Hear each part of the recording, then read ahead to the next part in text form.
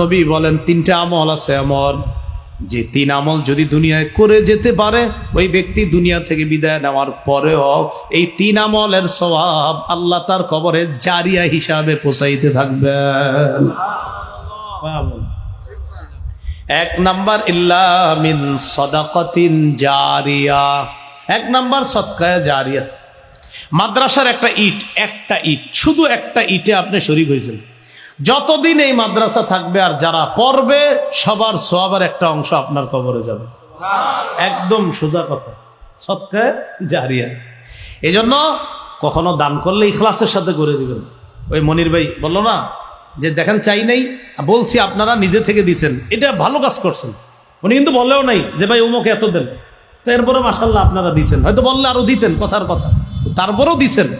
কিন্তু আপনাদের দেওয়া দেখে আমি বুঝতে পারছি দিল থেকেই দিয়েছেন, কারণ বলেও নাই, বলছে কাউরে যে এতদিন দিয়েছেন।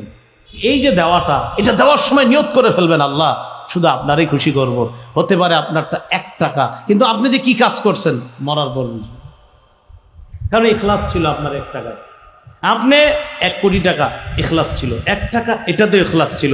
1 কোটিওয়ালাও জারিয়া সওয়াব পাবে, 1 টাকাওয়ালা আপনিও জারিয়া, আপনার সওয়াবও যেতে থাকবে, খালি ইখলাস ছিল। ঘটনাচক্রে 1 কোটিওয়ালার যদি ইখলাস না থাকে যাবে না, কিন্তু আপনার ইখলাস আছে 1 টাকা, আপনারটা যাবে। সুবহানাল্লাহ। এই জন্য যে কোনো মাদ্রাসায় কখনো দান করবেন, দান বাক্স আছে, আপনি চুপি চুপি ফালাই দিলেন কিছু, দান বাক্স দিয়ে দিলাম, বাস। আপনি জানেন কেন দিচ্ছেন, আল্লাহরে খুশি করার জন্য। তো নবীজি বলেন 1 নাম্বার ইল্লা মিন সাদাকাতিন জারিয়া, সদকায়ে জারিয়া, এটা চলতে থাকবে। 2 নাম্বার আও ইলমিন ইউনতাফাউ বিহি, 2 নাম্বার ওই বিদ্যা যে বিদ্যার মাধ্যমে উপকৃত হওয়া যায়। যেমন আমি আশাবাদী আজকে আপনাদের সামনে যে ওয়াজ করছি, 2-1 জন যদি আমার ওয়াজে আমল করেন এই সওয়াব আল্লাহ আমারও দিবে।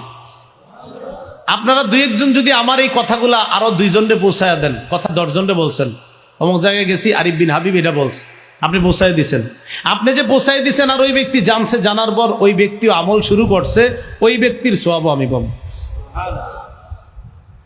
আবার ওই ব্যক্তি আরেকজনরে বলছে, এটার সওয়াব আমি। এক জগানার উস্তাদ হাফেজ বানাইছে 10 জন, বেড়ায় মরে গেছে, ওই 10 জনের সওয়াব উনি পাইতে থাকবে।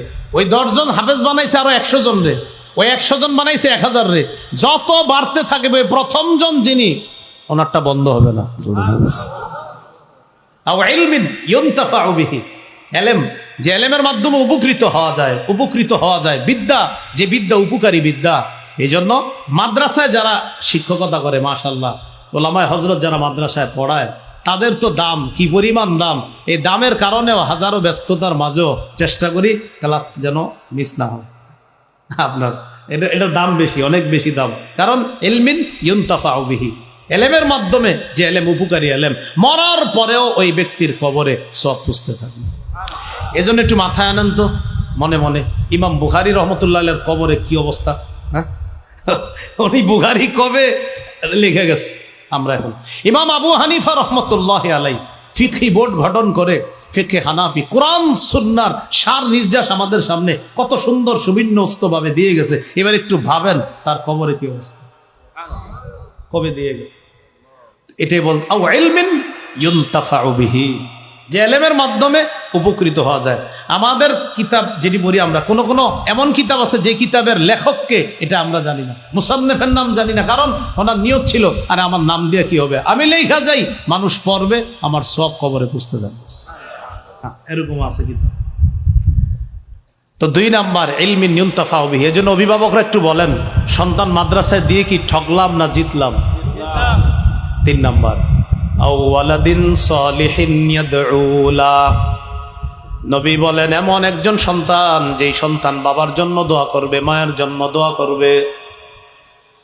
বাবা মারা যাওয়ার পর সন্তান আল্লাহর কাছে বলে, আল্লাহ রব্বির হামহুমা কামা রব্বায়ানি সগীরা। কোন সন্তানকে এমন একটা শিক্ষা আপনি দিয়ে গেলেন বিশুদ্ধ উচ্চারণে আপনার সন্তান বলতে পারে রব্বির হামহুমা কামা রব্বায়ানি সগীরা। এমন একটা সন্তান রাইখা যান যেই সন্তান বিশুদ্ধ ভাবে আল্লাহর কাছে আপনার জন্য দোয়া করে, ওই সন্তানের দোয়া নগদ আপনার কবরে পৌঁছবে। নেককার সন্তান রাইখা যান, ওই সন্তানের দোয়া কবরে যান। এখন আসেন, বলেন তো মরার পর আমার আপনার সব আমল নামা বন্ধ হয়ে যাবে, চাইলেও নামাজ পড়তে পারবো না, চাইলেও আর আমল করতে পারবো না, কিচ্ছু করতে পারবো না। হ্যাঁ, কবরে যদি কেউ আল্লাহরে বলে আল্লাহ আমার মন চায় নামাজ পড়বো, ঠিক আছে বড়, কিন্তু সব কিচ্ছু হবে না, কথার কথা। কারো যদি মন চায় জান্নাতে যে নামাজ পড়বেন পড়েন, কিন্তু নামাজের উপকারিতা কখন দুনিয়াতে বলেন? হ্যাঁ, এখানে এখানে সব করতে হবে। এখানে মরার পরে আপনি হাজারো কিছু আল্লাহরে বলেন আল্লাহ আমি ওইটা করবো, এটা করো, কিন্তু বেনিফিট যদি পাইতে হয় সেটা এখানে করতে হবে, এইখানে করতে হবে সব। এখানে চোখ বন্ধ, সব শেষ। আল্লাহ বুঝার তৌফিক দান করেন।